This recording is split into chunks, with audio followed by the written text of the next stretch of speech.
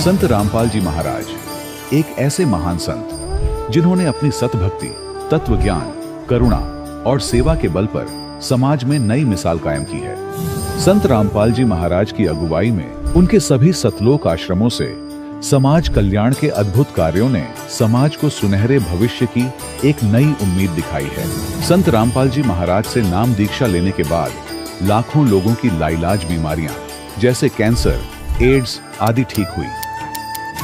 संत जी के ज्ञान से प्रेरित होकर उनके अनुयायियों ने लाखों यूनिट रक्तदान किया।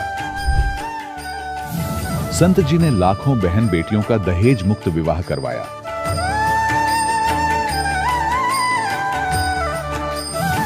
संत जी ने लाखों लोगों का नशा छुड़वाया, करोड़ों उजड़े परिवार बसे। संत जी के आश्रमों में समागम के दौरान निःशुल्क नेत्र चिकित्सा, दंत चिकित्सा प्रदान की जाती है। संत रामपाल जी महाराज द्वारा समय समय पर पर्यावरण संरक्षण के उद्देश्य से बड़े स्तर पर वृक्षारोपण किया जाता है।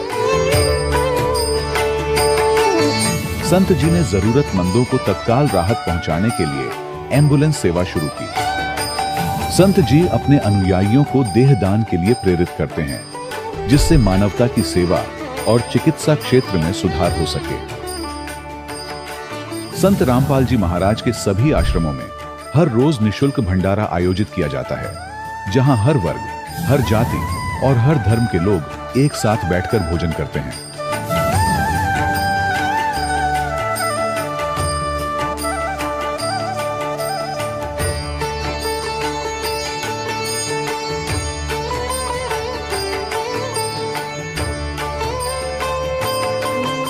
संत रामपाल जी महाराज की अन्नपूर्णा मुहिम ने गरीब और बेसहारा लोगों के जीवन में एक नई ऊर्जा और उम्मीद को जन्म दिया है। घर घर खाद्य सामग्री और जरूरी मदद पहुंचाकर संत रामपाल जी महाराज ने लोगों को दुख और मजबूरी से लड़ने की ताकत प्रदान की है।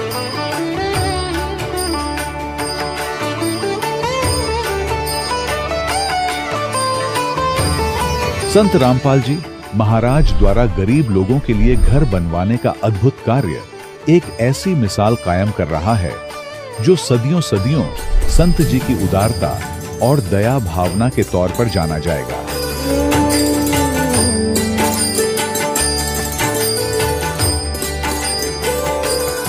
संत रामपाल जी महाराज के आश्रम में हजारों बुजुर्गों को सम्मान और प्यार के साथ जीवन जीने का अवसर मिलता है। उनके खाने, रहने और स्वास्थ्य की पूरी जिम्मेदारी संत रामपाल जी महाराज उठाते हैं। अनाथ बच्चों के लिए संत रामपाल जी महाराज के सभी आश्रम किसी वरदान से कम नहीं। यहाँ उन्हें शिक्षा, संस्कार और भविष्य के लिए बेहतर अवसर प्रदान किए जाते हैं। चाहे बाढ़ हो, भूकंप या महामारी, संत रामपाल जी महाराज और उनके अनुयायी हमेशा ही जरूरतमंदों के लिए सबसे आगे खड़े रहते हैं। कोविड महामारी के दौरान संत रामपाल जी महाराज के आश्रमों से करोड़ों लोगों के लिए भोजन, दवाइयां और जीवन रक्षक सामग्रियां उपलब्ध कराई गई। चाहे गरीब की मदद हो या किसी शोषित और पीड़ित वर्ग के हक और सम्मान की लड़ाई, संत रामपाल जी महाराज ने हमेशा ही उनकी दबी आवाज को सरकारों तक पहुंचाया है और उन्हें उचित न्याय दिलवाने में अहम भूमिका अदा की है। समाज में आध्यात्मिक और सामाजिक मूल्यों के प्रति जागरूकता लाने में संत रामपाल जी महाराज हर कदम पर मानवता के सच्चे सेवक साबित हुए हैं। संत रामपाल जी महाराज का जीवन हमें सिखाता है कि सच्ची सेवा वही है जो निस्वार्थ भाव से की जाए। आइए हम भी इस महान सेवा के कार्य में इस महान संत से जुड़ें और संत रामपाल जी महाराज से नाम दीक्षा लेकर अपने जीवन को धन्य बनाएं।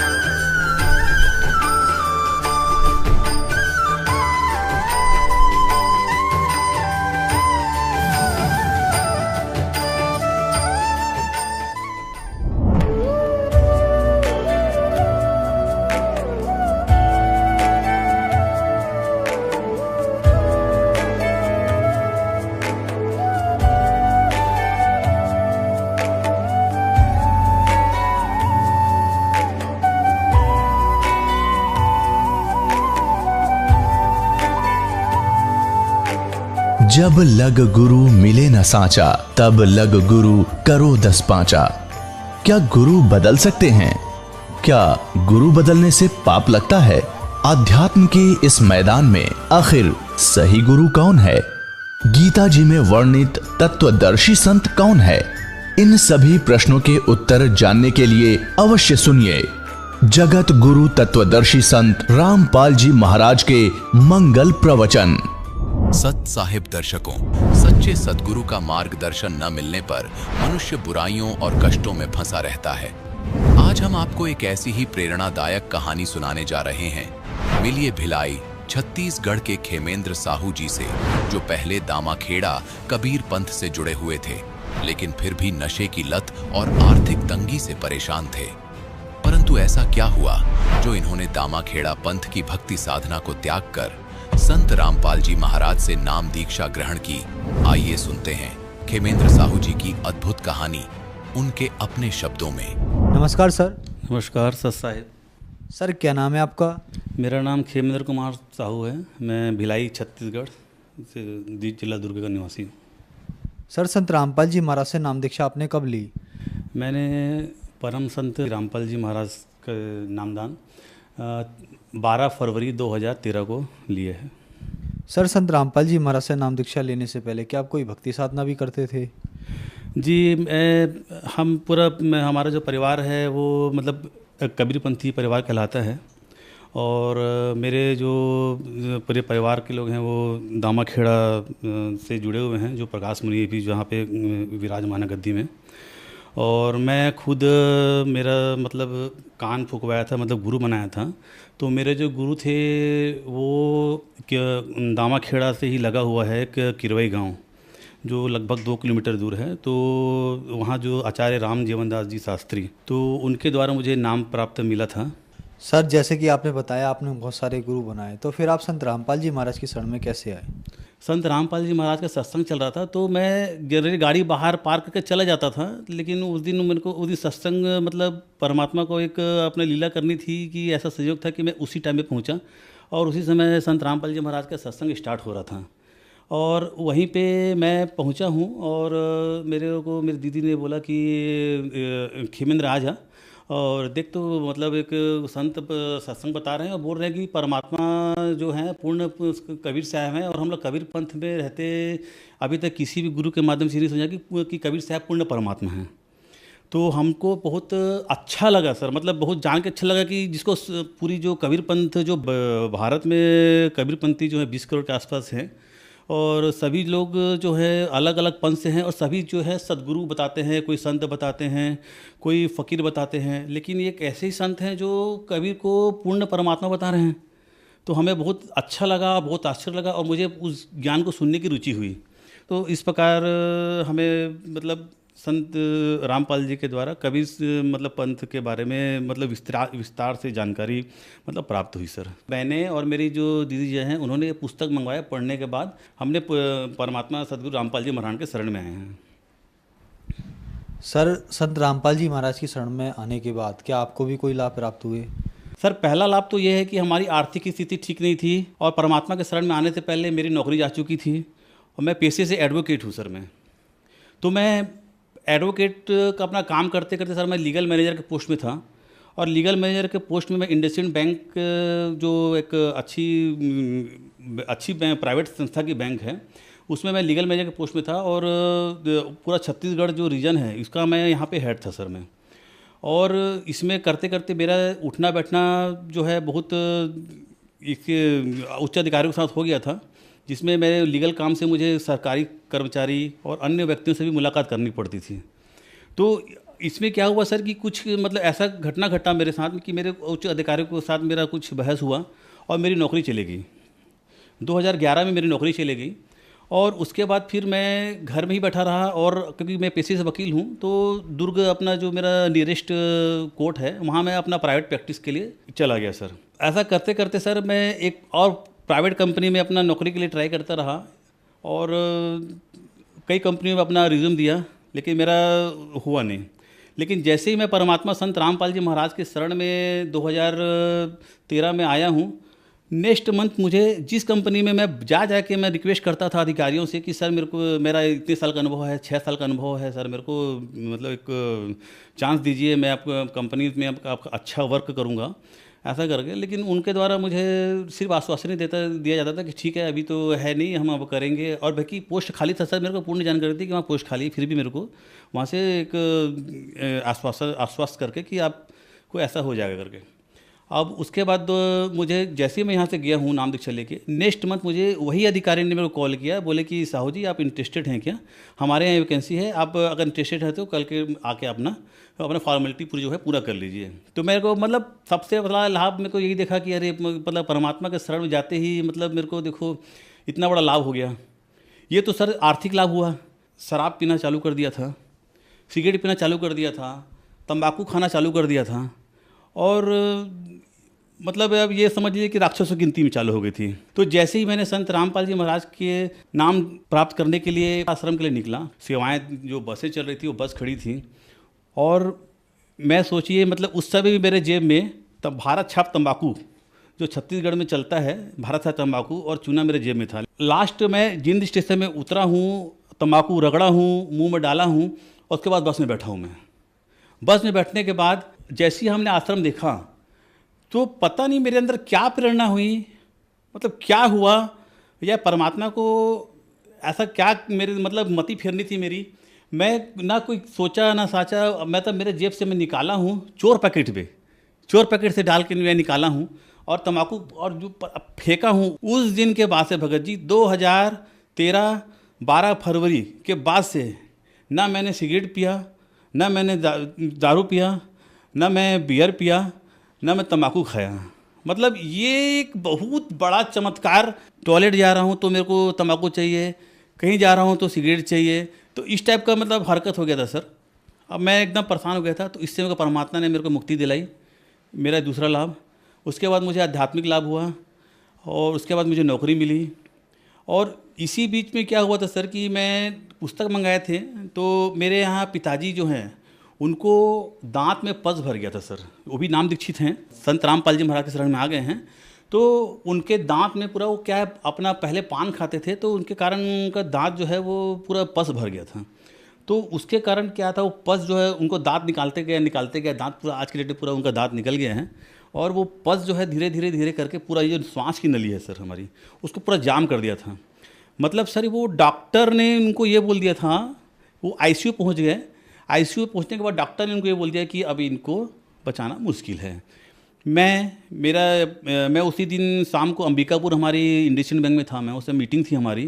तो मैं अपने बॉस को लगाया कि मेरे फादर आईसीयू में हैं और उनको बहुत कम उम्मीद है सर, और मैं अभी जाने कंडीशन में नहीं हूँ ऐसा करके। तो तुरंत तत्काल में छुट्टी दे दिए। और मेरे बड़े भैया हैं वो अपना अलग दुखी हो गए। मैं अलग अपने जाके अपनी वाइफ के साथ और दीदी लोग के साथ रोना चालू किया कि ये मतलब पिताजी अब नहीं रहेंगे, बोल रहे हैं डॉक्टर, पता नहीं डॉक्टर तो ऐसा जवाब दे दिए हैं, अब हम लोग कैसे करेंगे, क्या करेंगे ऐसा करके।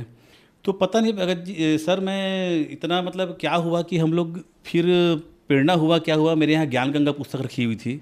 मैं उस समय किराए में पहुँच गया, किराए के मकान में रहते थे हम लोग अलग। उसको बाद मैं गया हूँ और पुस्तक को मैंने खोल के देखा, और घर में ही अपने घर में उस पुस्तक को खोल के देखा। तो मेरे को नेक्स्ट डे खबर मिला कि आपके जो फादर हैं वो आईसीयू से बाहर आ गए हैं। ये मेरे को बहुत बड़ा लाभ मिला। मतलब परमात्मा ने हमको लाभ ही लाभ दिया है सर। और उसके बाद मेरी पत्नी जो है वो प्राइवेट में थी, उसी बीच हम लोग संत रामपाल जी शरण के में आए थे। तो उसी बीच मेरा छोटा बेटा मेरी वाइफ ने कंसीव किया था। तो उसके बाद हमने बोला कि हम तो शरण में नहीं आ सकते हैं, अब तो इतना लंबा सफ़र भिलाई से मतलब छत्तीसगढ़ से हरियाणा जाना, तो परमात्मा संत रामपाल जी महाराज के आश्रम में नहीं जा सकते। तो मैं एक बोला कि काम करना, तुम संत रामपाल जी महाराज से ना एक बार सबको परमात्मा संत रामपाल जी महाराज सबको आशीर्वाद देते हुए चाहते हैं, और कुछ भी आपके मन में प्रश्न है तो वो सब पूरा प्रश्न पूछते हैं, सब चीज़ का आंसर देते थे उस समय। तो जब आशीर्वाद लेने के लाइन में खड़े थे तो मेरी पत्नी ने संत रामपाल जी महाराज से जिसे पूछा कि मालिक मैं तो कंसीव कर ली हूँ, अब मैं तो नहीं आ सकती हूँ आपके शरण में, मैं कैसे करूँगी ऐसा करके। कोई बात नहीं बेटा, आप एरोप्लेन में आ जाना करके। तो मेरी पत्नी एकदम आश्चर्य से बोली कि कि बंदी छोड़, मतलब हमारे तो अभी कंडीशन ही नहीं है कि हम मतलब ऐसा आए, परमात्मा सब दया करेंगे बोले।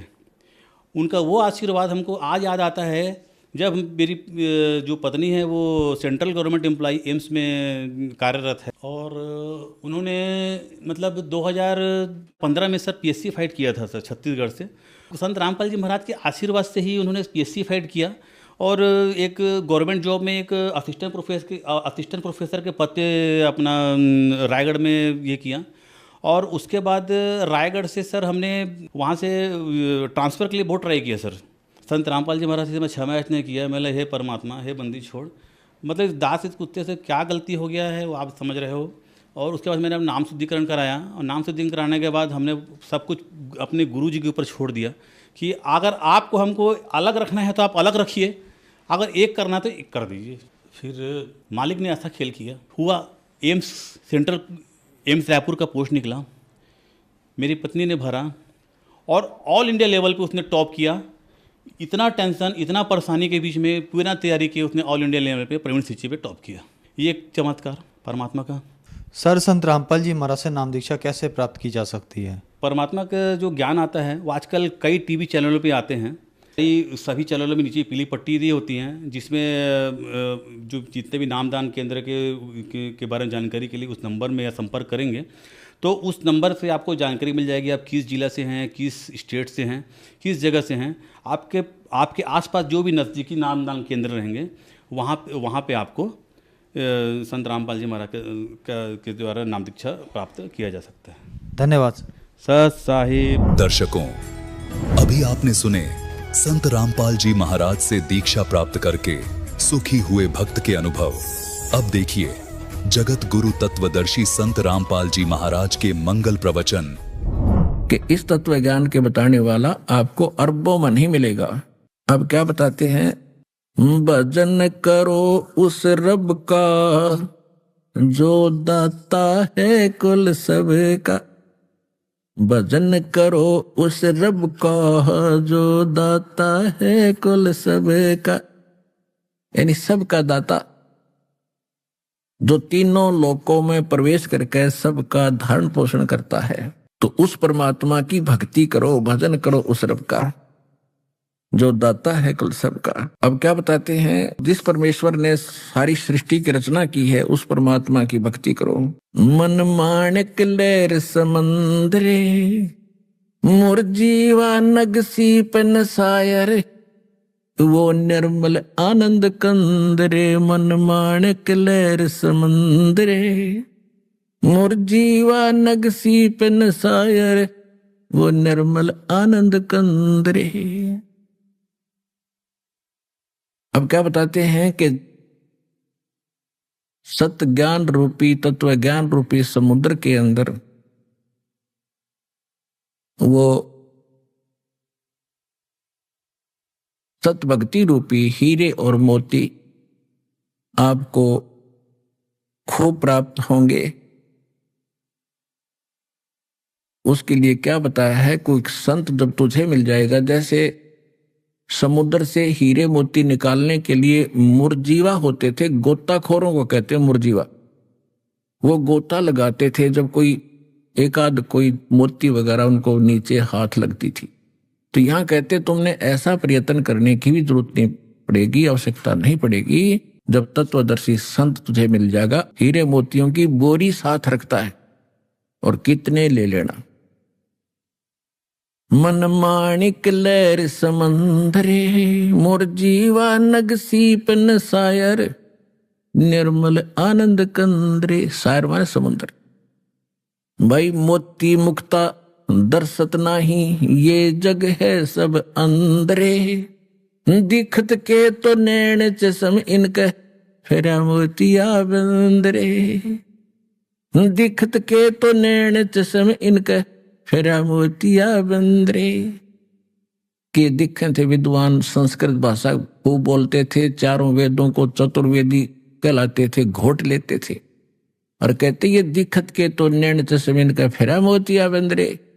ये दिखे विद्वान महर्षि मंडलेश्वर सारे वेदों को कंठस्थ कर रखा ये तो ऐसे हैं जैसे किसी का मोतियाबिंद हो जाता है तो उसकी आंखें स्वस्थ दिखाई देती हैं, तो उसने देखता कती नहीं। तो ये निपट अंधे थे, इनको ज्ञान नहीं था, अज्ञान रूपी मोतियाबिंद इनके हुआ था।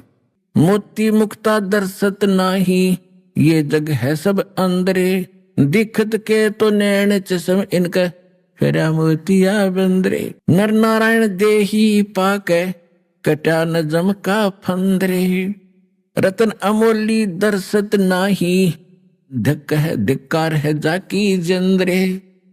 पूर्ण ब्रह्म जो रटे अविनाशी, जो भजन करे उस गोविंद रे। भाव भक्ति जा हृदय होई, क्या कर है सुरपति अंदरे। होय होय। इंद्री कर्म न लगे लगारम, जो भजन करे निर्द्वंद्रे। गरीबदास जग कीर्ति होगी, जब लग सूरज चंद्रे। अब क्या कह रहे हैं कि ये मनुष्य परमात्मा जैसा शरीर बॉडी आपको मिला है, नर नारायण देह पाके, और कट्या न जम का फंदरे, यह काल का बंधन पूर्ण मोक्ष नहीं हुआ। और रतन अमोली दर्शत नाही, और धिक्कार है वाकी जंदरे। जिसने ये अनमोल रतन यानी सत साधना रूपी जो अब निर्णय करके आपको बता दिया है कि ये है वो भक्ति के यथार्थ मंत्र जिससे मोक्ष होगा, ये रतन है, ये अनमोल खजाना है आपका, ये लाल है। परमात्मा कहते हैं चारों युग में मेरे संत पुकारे, और कोक कहा हम हेल रे। हीरे माणिक मोती बरसे, ये जग सुगता ढेल रे। कि हम चारों युगों में आए हैं। परमात्मा कबीर जी कहते हैं सतयुग में सत सुकृत कह टेरा, त्रेता नाम मुनींदर मेरा, द्वापर में करुणा में कहाया, कलयुग नाम कबीर धराया। चारों युग में हम पुकारे, कूक कहा हम हेल रे। हीरे माणिक मोती बरसे, ये जग चुगता ढेल रे। ढेल माने डले, कंकर पत्थर चुग रही है आन उपासना करके, और हम यथार्थ भक्ति रूपी हीरे मोती बरसा रहे हैं, जगह जगह चर्चा कर रहे हैं, हमारी कोई सुनता नहीं। कहते पर भी लेन जात है दुनिया, हमारा ज्ञान किने ना सुनिया। ये पर भी लेन जाते मर जाते हैं, वहां डूब का की तब फलड़ा जाती है, कहीं कुछ हो जाता है। जैसे केदारनाथ के ऊपर कितना नाश हो गया, 10-20 हजार आदमी मर गए जो भक्ति परमात्मा के लिए भटक रही थी। जहां भगवान है वहां आसपास भी नहीं आ रहे हो, या कोई दिक्कत नहीं। वहां पहाड़ों पर जाते हैं, एक तरफ हजारों मीटर खाई होती है, देखा तो कलेजा फटे। हम वहां पहुंच गए, हरियाणा आ जाता आश्रम में तो ज्ञान बिना, अब ज्ञान होगा तो यहाँ देखना ढूंढा उठेगा, यहाँ भी आएंगे।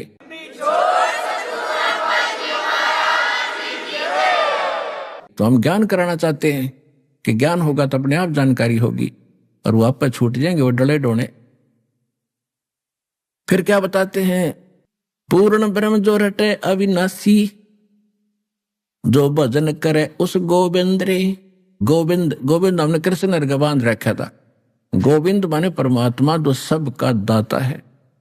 उस गोविंद का जो भजन करेगा, कहते पूर्ण ब्रह्म की भक्ति करे, तो कहते हैं भाव भक्ति जा हृदय होई, फिर क्या करे सुरपति अंदरे। इस सत भक्ति वाले भगत का अगर सच्ची श्रद्धा लगन से मालिक की भक्ति कर रहा है, उसके सामने इंद्र देवताओं का राजा सुरपति इंद्र भी भिखारी समझ लेना, इतना भक्ति धन युक्त आप हो जाओगे। पूर्ण ब्रह्म रटे अविनाशी, जो भजन करें गोविंद रे। भाव भक्ति जा हृदय होई, फिर क्या करे है सुरपति इंद्रे। इंद्री कर्म ना लगे लगारम, जो भजन करे निर्द्वंद्रे। गरीबदास जग कीर्ति होगी, जब लग सूरज चंद्रे। गरीबदास साहब जी कह रहे हैं कि परमात्मा ने मुझे बताया है कि जब आप सच्चे दिल से और सारा दिन भक्ति में लीन रहोगे, तो मन के अंदर उत्पन्न होने वाले विकार भी ये आपके असर नहीं कर पाओगे। क्योंकि जब हम बिल्कुल खाली हो जाते हैं, काम हमारा पूरा हो जाता है, फिर बैठते हैं एकांत में, तो मन माने ना जाने के बकवाद्य मन में आती है। तो उस समय इस मालिक के नाम में भजन में शुरू कर दिया, क्योंकि हमारा सिलेबस बहुत घना है।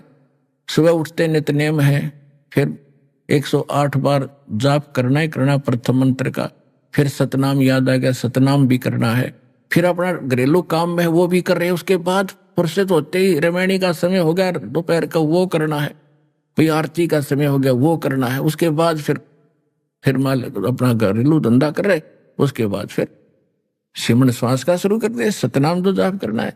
तो इस प्रकार कहते इंद्री कर्म ना लगे लगारम, जो भजन करे निर्द्वंद्रे के लगातार। और गरीब दास जग कीर्ति होगी, जब लग सूरज चंद्रे। मीराबाई जैसी बहनों को आज कितना सत्कार से याद किया जाता। उन्होंने लोक लाज छोड़ के परमात्मा से हृदय जोड़ के भक्ति करी। जब तक पृथ्वी रहेगी, कलयुग रहेगा, इन महापुरुषों का नाम अमर रहेगा। गरीबदास जी का रहेगा, गीसा दास जी का रहेगा, जितने महापुरुष हुए नानक साहब जी का रहेगा। तो ऐसे कहते तुम भी अगर ऐसा करोगे, आपके नाम विश्व में रहेंगे और तुम सतलोक चले जाओ।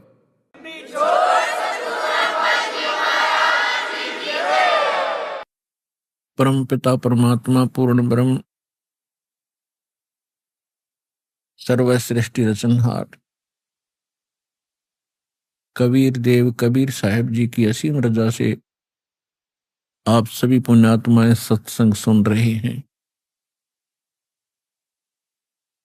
परमात्मा के इन यथार्थ वचनों को, इस सच्चे ज्ञान को जो भी जहां पर सुन रहा है, चाहे वो किसी डीवीडी के माध्यम से, किसी टीवी चैनल के माध्यम से या किसी पुस्तक के माध्यम से, वो सभी परमात्मा की विशेष आत्माएं हैं जिनको ये अमर ज्ञान अमर कथा सुनने को प्राप्त हो रही है। वो पुण्यात्माएं और अधिक पुण्यकर्मी प्राणी होते हैं जो सतलोक आश्रम में आकर के दीक्षा लेते हैं और संत दर्श का लाभ भी उठाते हैं। प्रथम सत्संग ज्ञान सुनने को जिनको प्राप्त हो रहा है वो पुण्यात्माएं हैं। इस ज्ञान से प्रेरित होकर के यहां आ जाते हैं वो महापुण्यात्माएं हैं, और यहां आकर के दीक्षा ले लेते हैं वो परमात्मा की विशेष आत्माएं हैं, वो देव आत्माएं हैं। और ये वो आत्माएं हैं जो प्रथम यहां पहले आएंगी, जो परमात्मा स्वयं आए थे कबीर परमेश्वर जी 600 वर्ष पहले सन 1398 में सहशरीर आए थे। सतलोक से चलकर काशी बनारस शहर के अंदर एक लहरतारा नामक तालाब के ऊपर विकसित कमल के फूल के ऊपर विराजमान हुए थे। वहां से नीरू नीमा नाम के एक निसंतान जुलाहा दंपति उस शिशु रूपधारी बालक परमेश्वर को कमल के फूल से उठाकर घर ले गए थे। धीरे धीरे परमात्मा लीला करते हुए जो 5 वर्ष के हुए, उसी समय से जिस उद्देश्य को लेकर आए थे तत्व ज्ञान प्रचार करने के लिए, यथार्थ ज्ञान देने के लिए, उसको सुनाना प्रारंभ कर दिया था। और उस छोटी सी आयु में ही बड़े बड़े विद्वान पंडितों को, मंडलेश्वरों को ज्ञान में पराजित कर दिया था।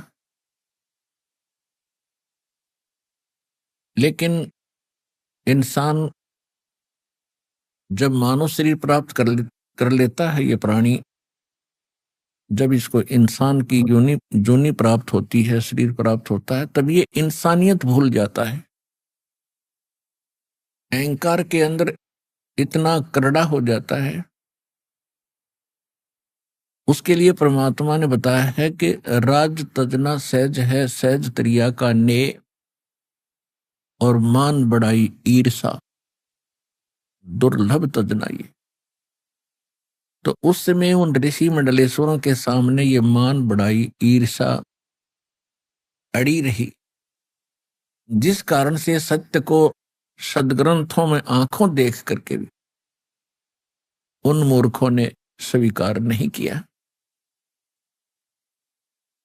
और परमात्मा को एक सिंपल सुदर मानकर,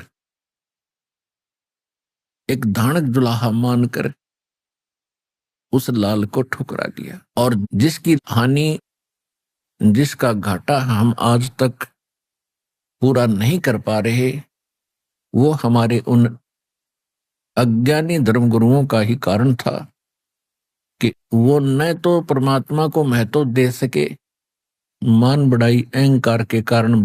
एक ब्राह्मण जाति उस समय सर्वोच्च जाति मानी जाती थी और शूद्रों को बहुत हेय दृष्टि से वे लोग देखा करते थे। तो काल ने सभी वो बंधन, वो बाधाएं हमारे बीच में पैदा कर रखी थी जिससे हम भगवान के निकट न जा सके। कहीं पर मजहब बना दिए भिन्न भिन्न, कहीं जातियों का अभिमान बना दिया। तो परमात्मा 600 वर्ष पहले आकर जो ज्ञान दिया करते थे, वही ज्ञान आज दास आपको दे रहा है। परमात्मा में जो गुण होते हैं, वो गुण परमात्मा 600 वर्ष पहले भी अपने प्रकट कर रहे थे। जो भी परमात्मा कबीर जी के पास आते थे, दुखी व्यक्ति आते थे, क्योंकि एक शूद्र वर्ण में एक व्यक्ति रह रहा हो और उस समय उसको एक संत मानना, ये एक बहुत बड़ी पहेली थी, बहुत बड़ी अड़चन थी। तो परमात्मा को संत मानकर नहीं जाते थे, परमात्मा कबीर जी के पास दुखी व्यक्ति जाते थे जिनका कहीं भी कोई आपत्ति, संकट का कोई निवारण नहीं हो रहा था। वो इत्तेफाक से परमात्मा के पास चले जाते थे, वो जाते सुखी होते थे। और धीरे धीरे परमात्मा की महिमा इतनी फैल गई अंडरग्राउंड, नीचे ही नीचे, कि जो भी उनसे आशीर्वाद प्राप्त करता है कबीर भगवान से, और साथ में वो आशीर्वाद के साथ साथ ये कहा करते, बेटा ये जो लाभ तुम्हें मिल रहे हैं ये तो अस्थायी है, ये तो एक ही संकट का निवारण है, आपके जीवन काल में ना जाने कितने संकट और हैं। उन आने वाले आपके सफर में आपको हानि करने वाले पाप कर्म रूपी कांटों को हटाने के लिए, उनसे बचाने के लिए आपको राम नाम का जूता पहनना पड़ेगा, वो दीक्षा लेनी पड़ेगी, जिस कारण से आपका ये जीवन भी सुखी होगा। और जब संसार छोड़कर जाओगे और जो इस भक्ति के बिना आपको कष्ट उठाने थे, उनसे भी बच जाओगे। परमात्मा क्या बताया करते थे, अपनी महिमा आप पर बताया करते थे, अपने ऊपर ही उदाहरण पेश किया करते थे। सतगुरु के उपदेश का लाया एक विचारे, जय सतगुरु मिलते नहीं हम जाते नरक द्वार। नरक द्वार में दूत सब फिर करते खिंचातान, उनसे कबू ना छूटते फिर फिरते चारों खाने। चार खानी में भरमते कबू न लगते पारे, सो फेरा सब मिट गया मेरे सतगुरु के उपकार। सात समुद्र की मसी करूं, लेखनी करूं बन राय, धरती का कागज करूं गुरु गुण लिखो न जाए। गुरु मानुष कर जानते ते नरक ये अंधे, होवे दुखी संसार में फिर आगे काल के फंदे। परमात्मा बताया करते थे कि पूर्ण संत से दीक्षा लेने से अब पता चला कि हमारे ऊपर कितनी आपदाएं आनी थी और कितनी आपदाओं से हम बाईपास निकल गए। परमात्मा कबीर जी बता रहे हैं कि सतगुरु के उपदेश यानी ज्ञान दीक्षा लेने से अब समझ में आया, विचार किया कि जय सतगुरु मिलते नहीं तो प्रथम हम नरक में जाते, यमदूत हमें घसीट कर ले जाते और हमारा अकाउंट करवा के वह न्यायाधीश धर्मराज के पास, उसके उपरांत नरक में ले जाते हमें। हम नरक को देखकर वापस भागते, वो हमारे पीछे से लठ मारते और जबरदस्ती कूट छेद कर उसके अंदर नरक में ठोक देते। उसके पश्चात फिर हम 84 लाख प्रकार के इन प्राणियों, कुत्ते गधे सूअर की योनियों को, प्राणियों के शरीरों को प्राप्त करते, वो महाकष्ट उठाते। अब परमात्मा कहते हैं कि वो फेरा सब मिट गया सतगुरु के उपकार। ये सारा कुछ ना यम के दूत पकड़ेंगे आपको, कबीर परमात्मा के बच्चे को यम के दूत नहीं ले जा सकते यदि वो आजीवन मर्यादा में रहेगा। जब लग हंसा हमरी आना, काल लगे ना तेरा बाना। जब लग है प्यारी आत्मा, काल को परमात्मा कह रहे हैं कि जब तक ये आत्मा मेरी मर्यादा में रहेगी तब तक है काल तेरा कोई अटैक इस पर नहीं हो सकता। हम अपनी गलती से मार खाते हैं, मर्यादा तोड़ देते हैं और जिस कारण से काल का दाव लग जाता है। कुछ ऐसे भक्त होते हैं जो मर्यादा तोड़ भी देते हैं, उनको कोई हानि भी नहीं हो रही होती है क्योंकि अभी वो हानि होने का कोई पाप कर्म निकट नहीं है उनका। इसलिए उनको ऐसा लगता है कि हमने नाम भी त्याग दिया, शरण भी छोड़ दी और हम सारे वही कर्म कर रहे हैं जो पहले करते थे, हम भी ठीक हैं, वो ठीक ठाक नहीं है। जैसे ये शेड डाल रखा है,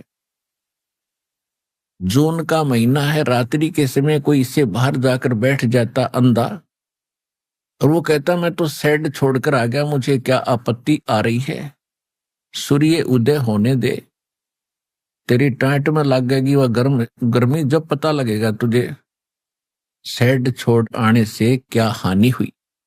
जब तक रात्रि है इतने कोई नो प्रॉब्लम, और ऊपर से वर्षा होगी, ओले गिर गए, सिर फोड़ेंगे, तब पता चलेगा शेड छोड़ने के से कितनी हानि होगी। इसी प्रकार जब तक परमात्मा कहते हैं मेरी शरण में हो, काल का अटैक नहीं लगेगा होगा, और मर्यादा तोड़ देने से फिर काल कुछ भी कर सकता है। तो इस कारण से परमात्मा कहते हैं जब लग हंसा हमारी आना, काल लगे नी तेरा बाना। तो परमेश्वर समझाया करते थे जो परमात्मा की शरण में आने लगे, पहले तो दुखी लोग आते थे, ज्ञान गुण तो क्योंकि ऋषि महर्षियों के पास ही माना जाता था, जो संस्कृत बोलते थे उनको विद्वान माना जाता था, ज्ञान तो उन्हीं का सच्चा मानते थे हम। लेकिन दुख दूर हो रहे थे इसलिए मालिक के पास आ रहे थे, और संत ऋषि उन्हीं को मान रहे थे जो घनी संस्कृत बोला करते थे। तो ये हमारी अध्यात्म ज्ञानहीनता का दुष्परिणाम रहा कि हम इन अज्ञानियों को, आचार्यों, शंकराचार्यों, मंडलेश्वरों, इन ऋषि महर्षियों को हम विद्वान मानते रहे,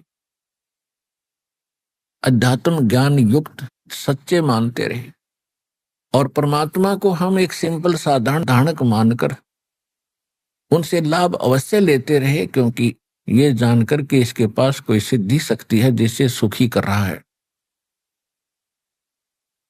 सिद्धि शक्ति निसी परमात्मा तो स्वयं ही शक्ति है, और वो सर्व सुख ही अपनी आत्माओं को दे सकते हैं, देते हैं। यथार्थ ज्ञान भक्ति का भी वही देते हैं, समाधान भी इस जन्म और मृत्यु का वही देते हैं। तो उस समय हम पहचान नहीं सके, लेकिन परमात्मा की हमने शरण अवश्य ग्रहण की। फिर कुछ परमात्मा कबीर परमेश्वर ने जो लीलाएं की, उनसे भी प्रभावित होकर के हम परमात्मा की शरण में आते रहे। और परमेश्वर कहीं भी जाकर के एक तारा लेकर खड़े हो जाते थे, अपनी सुरीली आवाज में, जैसे बाजीगर तमाशे दिखाते हैं, खेल दिखाते हैं, डुगडुगी बजाने लग जाते हैं, ऊंची ऊंची आवाज लगाने लग जाते हैं, 100-200 भक्त इकट्ठे, लोग इकट्ठे हो जाते हैं, देखते हैं क्या करेगा। हमारे लिए परमात्मा ने वो बाजीगर वाला काम भी किया कि किसी तरह ये मेरे को पहचाने, मेरे निकट आ जाएं और मेरे से उपदेश लेकर के कुछ भक्ति कर ले, इनको कुछ राहत मिल जाए।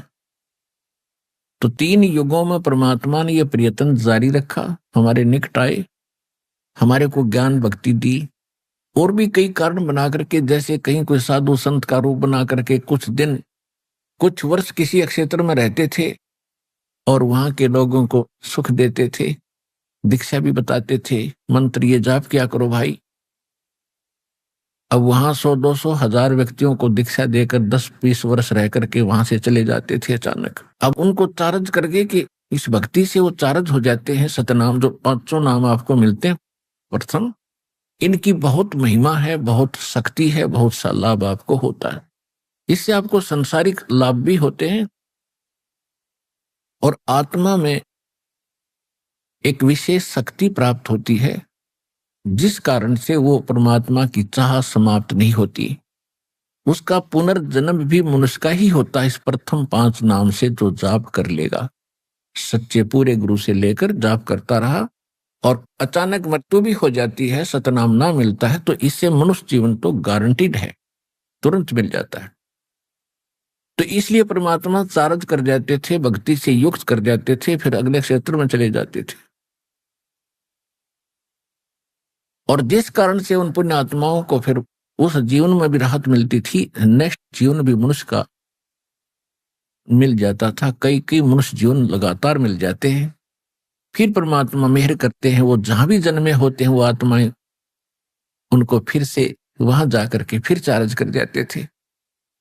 जो जन मेरी शरण है ताका हूं मैं दास, गेल गेल लाग्या फिरूं जब तक धरती आकाश।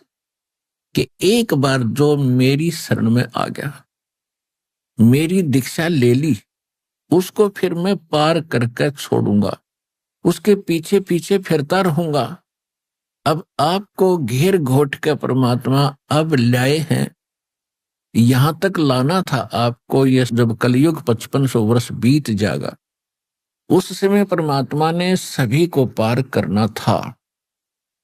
ये पहले का वायदा था काल के साथ, और काल ने ये कहा था कि जब कलयुग 5500 के आसपास पहुंचेगा, उससे पहले इनको इतना कंडम कर दूंगा, इतना व्यर्थ कर दूंगा इनकी साधनाएं, कि तब भूत पितर देवी देवता तीर्थ व्रत और यहीं तक इनकी बुद्धि सीमित कर दूंगा। और आप बताओगे कि इन देवताओं की पूजा नहीं करना, तीर्थों पे नहीं जाना, तो काल ने ये कहा था कि तुम्हारे सिर फोड़ देंगे वो मेरे भ्रमित किए हुए व्यक्ति, और तुम्हारी एक नहीं मानेंगे। परमात्मा को पता था कि मैंने कैसे मनाना है इनको। मालिक को मालूम था कि सतयुग त्रेता द्वापर के अंदर ये घने दुखी ना होंगे, और जब तक ये प्राणी दुखी नहीं होता तब तक ये भगवान कम और बकवाद की ज्यादा इच्छा करता है। और जब इसके ऊपर कहर टूटते हैं तब सब बकवाद भूल जाता है, अपना जीवन रक्षा ही मांगता है। तो इस समय के लिए भक्ति को जीवित रखने के लिए हमारे अंदर हृदय में परमात्मा की आस्था बनाए रखने के लिए। परमात्मा अपने प्रयत्न कर रहा था और काल, ये काल भगवान ज्योत निरंजन सरपुरुष ब्रह्मा विष्णु महेश का पिता, ये काल है और इसका उद्देश्य है जीव को भ्रमित करके ऐसी साधना करवाऊं जिससे इसको कोई बेनिफिट भगवान का ना हो, और अंत में ये विकारी बन जाए, गुटी सुटी लावे, चोरी करे, रिश्वत ले, मिलावट करे, अपने कर्म फोड़ ले और अंत में नास्तिक हो जा। पुण्यात्मा, इस दास ने दोनों जमाने देख लिए। छोटी सी आयु में 9-10 वर्ष का जब था, उस समय का व्यवहार भी देखा लोगों का, उस समय के विचार भी देखे, एक दूसरे से प्यार भी देखा। और सन 1960 के बाद आज तक कितनी गिरावट मानवता आई, ये भी मेरे समक्ष है। हम भक्ति भी करते रहे, कोई लाभ मिला नहीं। गुरु संतों को के पास भी बहुत से भाग्यशाली व्यक्ति गए, लेकिन वो दुर्भाग्य था उनको कि उनको वो संत नहीं थे। वो संत की वेशभूषा में काल के दूत थे, उनके पास कोई भक्ति नहीं थी। अभी आपने सुने संत रामपाल जी महाराज के मंगल प्रवचन। आइए अब सुनते हैं संत रामपाल जी महाराज से नाम दीक्षा लेकर सतभक्ति करके अद्भुत लाभ प्राप्त करने वाले अनुयायी के विचार। दर्शकों, ये कहानी है बिहार के रहने वाले अर्जुन पटेल जी की, जो नशे के आदी थे। अर्जुन पटेल जी नशे से मुक्ति पाना चाहते थे, परंतु उसे छोड़ नहीं पा रहे थे। फिर इनकी जिंदगी तब बदली जब इन्होंने संत रामपाल जी महाराज के द्वारा लिखित अनमोल पुस्तक ज्ञान गंगा पढ़ी। अर्जुन पटेल जी का कहना है कि इस ज्ञान गंगा पुस्तक ने मेरा जीवन बदल दिया। मेरी नशे की लत पूर्ण रूप से समाप्त हो गई। आइए जानते हैं कि आखिर कैसे इन्होंने अपनी नशे की लत से निजात पाई। सुनते हैं अर्जुन जी के जीवन परिवर्तन की कहानी, इन्हीं की जुबानी। नमस्कार जी। सत साहब जी। क्या नाम है जी आपका? मेरा नाम अर्जुन सिंह पटेल। अर्जुन जी, आप कहाँ से हैं? छोटका कीर, कैमूर, बिहार से। अर्जुन जी, क्या काम करते हैं आप? पेशे से एडवोकेट। अर्जुन जी, संत रामपाल जी महाराज से नाम दीक्षा आपने कब ली? संत रामपाल जी महाराज जी से नाम दीक्षा हमने 2013 में ली। अर्जुन जी, संत रामपाल जी महाराज से नाम दीक्षा लेने से पहले आप क्या भक्ति साधनाएं करते थे? हमने संत रामपाल जी महाराज जी से नाम दीक्षा लेने से पहले हनुमान जी का पुजारी था। वो जो चालीसा है हनुमान जी का, बिना चालीसा करके, बिना अगरबत्ती जलाए हुए, कभी बिना नहाए खाते नहीं थे। बहुत पूजा करते थे उनको। हनुमान जी का मैं बहुत बड़ा पुजारी था। अर्जुन जी, क्या कारण बना कि आप संत रामपाल जी महाराज की शरण में आए? कारण बना, कुछ संत रामपाल जी महाराज जी के शिष्य मेरे पास आए। मैं पहले नशा भी करता था, बहुत नशा करता था। मैं राक्षस स्वभाव का था, मांस भी खाता था। मैं प्रैक्टिस भी नहीं करता था। मैं नशा के चलते घर पे पड़ा रहता था। 2-2 दिन 3-3 दिन दारू पीते रहता था। 2-4 लीटर दारू मैं पीता था। मेरे जवार गांव जिला तक जानता था मुझे कि अर्जुन बहुत पीता है। फिर बहुत सी कोशिश किया गया। मेरे पिताजी बोले कि बेटा छोड़ दो। हमने कहा कि ठीक है छोड़ देंगे। मैंने बहुत क्रिया कष्टा खाया, नहीं छूटता था, नहीं छोड़ पाया। मैं बहुत पीता खाया पिया। लेकिन वही संत रामपाल जी महाराज जी का शिष्य एक आया और मुझे एक ज्ञान गंगा पुस्तक दिया। बोला कि वकील साहब ये पुस्तक पढ़ लो, इसके बाद मेरे से मिलना। मैंने उपन्यास भी बहुत पढ़ा करता था, इसलिए मैं ज्ञान गंगा पुस्तक को 24 घंटा में पढ़ गया। मैं 24 घंटा में पूरा पुस्तक पढ़ गया। उसमें देखा संत रामपाल जी महाराज जी लिखे हुए थे, ब्रह्मा विष्णु महेश के पिता कौन है, सृष्टि रचना। मैंने बहुत सारा पढ़ के मुझे ऐसा कोताहल हुआ कि यार मेरा नशा भी छूट जाएगा। मैं बहुत खुश हुआ कि मेरा नशा छूट गया। चलो छूट जाएगा मेरा नशा। जो पुस्तक दिए थे मुझे ज्ञान गंगा, संत रामपाल जी महाराज जी का शिष्य, उनसे मैं संपर्क किया। भाई आप मुझे ले चलो। मैंने रास्ते के लिए गांजा जो चिलम पे भरा जाता है, दारू और खैनी तंबाकू, मैं पैसा रख लिया पैकेट में। और बोले कि ठीक है चलिए। जाते जाते वहाँ जिंद गए तो सब संत रामपाल जी महाराज जी का आश्रम से गाड़ी आई थी, उसमें जो है सब चेकिंग हुआ, भाई सब जितने लिए नशा पानी सब फेंक दो। मैंने कहा मैं नहीं फेंकूंगा। तो कहा नहीं भाई वकील साहब आप फेंक दो। वो जो शिष्य थे उनके संत रामपाल जी महाराज जी का, वो बोले फेंक दो भाई। तो हमने कहा कि भाई ठीक है फेंक देते हैं, लेकिन आकर ले लेंगे। हाँ ठीक है आप आकर लेना, लेकिन इस समय फेंक दो। मैंने फेंक दिया। गया आश्रम गया, देखा सतलोक आश्रम लिखा हुआ है। मेरा तो शरीर ही एकदम हल्का हो गया। मेरे लग रहा है कि मैं असली जो है सतलोक में हूँ और मेरा शरीर हल्का हो गया। हमने कहा ठीक है भाई नाम दीक्षा चलते हैं, क्या क्या चीज़ है। मैंने गया, वहाँ कुछ नियम थे, मैंने नियम पढ़ा तो उसमें नशा नहीं करना है, ये करना है, वो मंत्र कर मिलेगा उसको करना है। हमने कहा ठीक है हम सब कर लेंगे, लेकिन हमारा नशा तो छूट जाएगा। तो वो जो बोले कि हाँ आपका नशा छूट जाएगा, एकदम बेशक छूट जाएगा। तो हमने ठीक है हमें नाम दीक्षा जो है फॉर्म भर दीजिए। संत रामपाल जी महाराज जी है वो आ रहे हैं, सबको हाथ ऐसे ऐसे रख रहे हैं, मैंने भी ऐसे करके रखा। मेरे सर पे यही हाथ रखे परमात्मा, वही संत रामपाल जी महाराज जी, वो सर पे मेरा हाथ रखा और मैं एकदम पता नहीं कि मैं क्या हो गया मुझे। और मेरा उसी दिन के बाद से सर जी मेरा नशा छूट गया। सर अब आप बताइए कि संत रामपाल जी महाराज से नाम दीक्षा लेने के बाद आपको क्या लाभ मिले? जी सर जी लाभ तो बहुत मिले।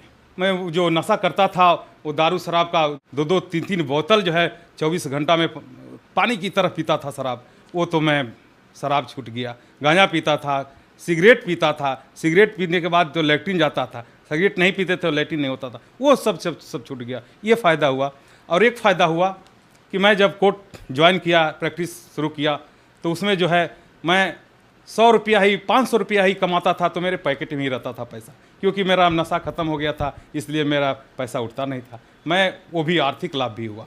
और एक लाभ और हुआ कि जो पुस्तक जो परमात्मा ज्ञान संत रामपाल जी महाराज जी लिखे हैं, उसमें हर चीज़ को मिलाकर देखें, वेद गीता शास्त्र उपनिषद हर चीज़ से मिलाकर देखें, वैसा कोई लिख ही नहीं सकता है। तो इसको भी मेरा जो है आध्यात्मिक भी लाभ मिला। मुझे हार्ट में तकलीफ ही आ गया। मेरा जो है डॉक्टर के पास मैं गया, बोले कि आप क्या करते हो? मैंने कहा कि सर मैं एडवोकेट हूँ। तो आप मांस और दारू शराब का यूज किए हैं? उनके हाँ डॉक्टर साहब मैंने तो बहुत ही यूज किया।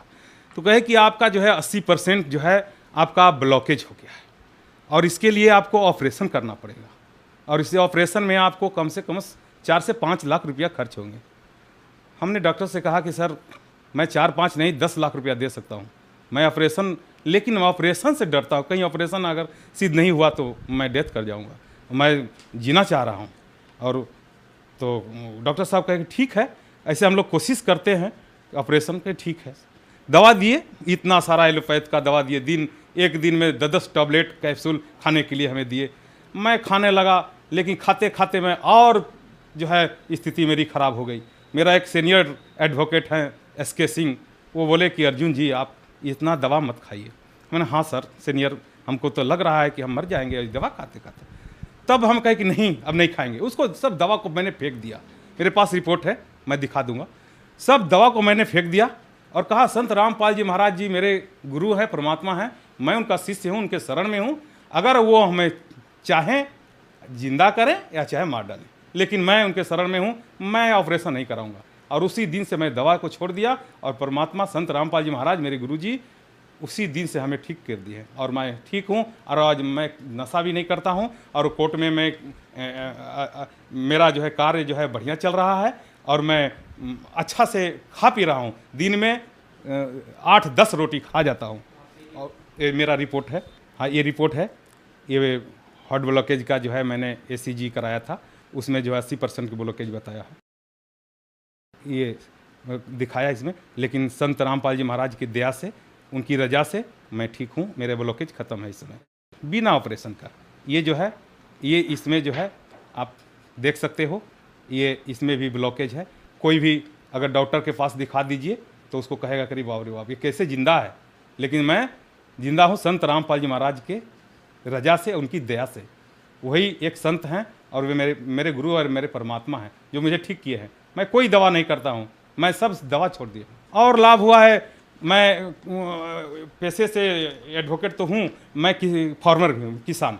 मैं खेती भी करता हूँ, मेरे अपने हाथ से भी ट्रैक्टर चलाकर खेती कर लेता हूँ। मैं एक बार गया था कहीं और 10-15 रोज के लिए, उसमें जो है मेरा पुस्तक सेवा में गए थे। संत रामपाल जी महाराज का एक ज्ञान गंगा पुस्तक था, उसमें हम उड़ीसा जगन्नाथपुरी सेवा में गए थे। तो वहाँ से खबर आया कि वकील साहब आपका जो है खेत सूख गया है, इधर पानी बारिश नहीं हो रहा है, खेत सूख गया है और हर जगह पानी नहीं है, आपका धान जो है मर रहा है। तो हमने कहा ठीक है भाई, मरने दो, क्या करेंगे। अब गए वहाँ तो सोचे चलो इसको आग लगा देंगे और ये जल जाएगा। और पीछे से उसमें जो मेरे पास गेहूँ बोने वाली मशीन है, उसको 0 टिले बोला जाता है। मैं सोचा कि उसको बो दूंगा, नहीं अगर हार्वेस्टर से कटाऊंगा तो हार्वेस्टर की भी कटाई देना होगा, इसलिए मैं हार्वेस्टर से नहीं कटा के यही सोचा कि मैं इसको फूंक दूंगा, वो सलाई लगा दूंगा माचिस और जल जाएगा। पीछे से मैं उसको जो है अपना ट्रैक्टर से वो उससे अपना 0 टिल से उसका बुआई कर दूंगा। लेकिन रात में मैंने सोचा, कहा संत रामपाल जी महाराज, गुरु जी मेरे परमात्मा, मैं आपकी सेवा में, आपके शरण में, मेरा वो कैसे ये सूख रहा है, पानी नहीं हुआ।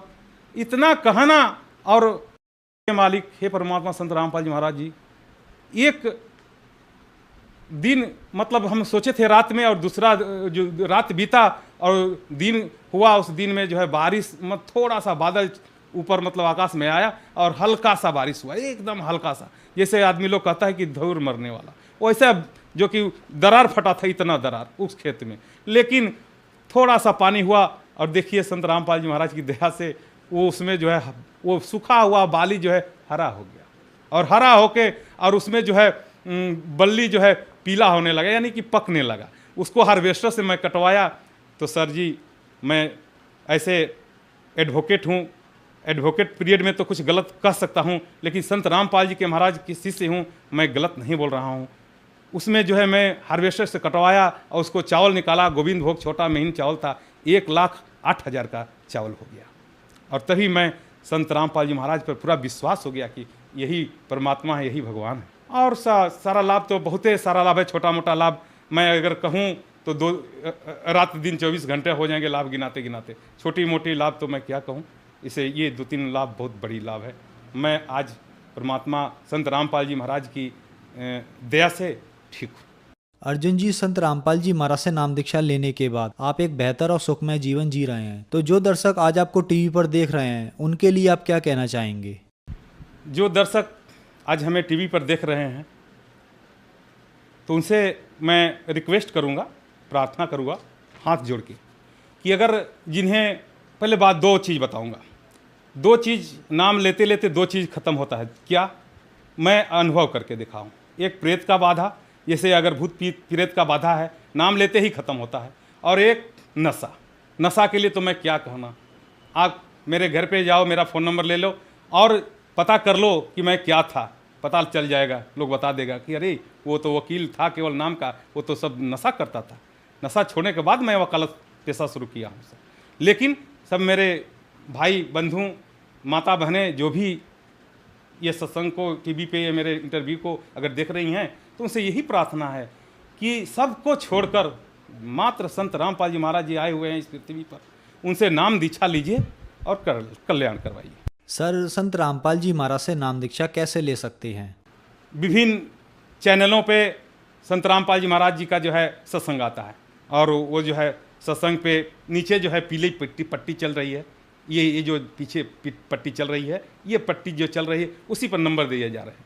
उसी नंबर पे फ़ोन करके और जो है पता करेंगे, क्योंकि हर डिस्ट्रिक्ट में, हर जो है ज़िले में आपको संत रामपाल जी महाराज जी का नामदान सेंटर खुल चुके हैं, और उस नामदान सेंटर से वो जो पता फ़ोन पर पता करके और उस नामदान सेंटर से जो है आप संपर्क करके आप नाम दीक्षा ले सकते हैं। धन्यवाद सर। सत साहिब जी।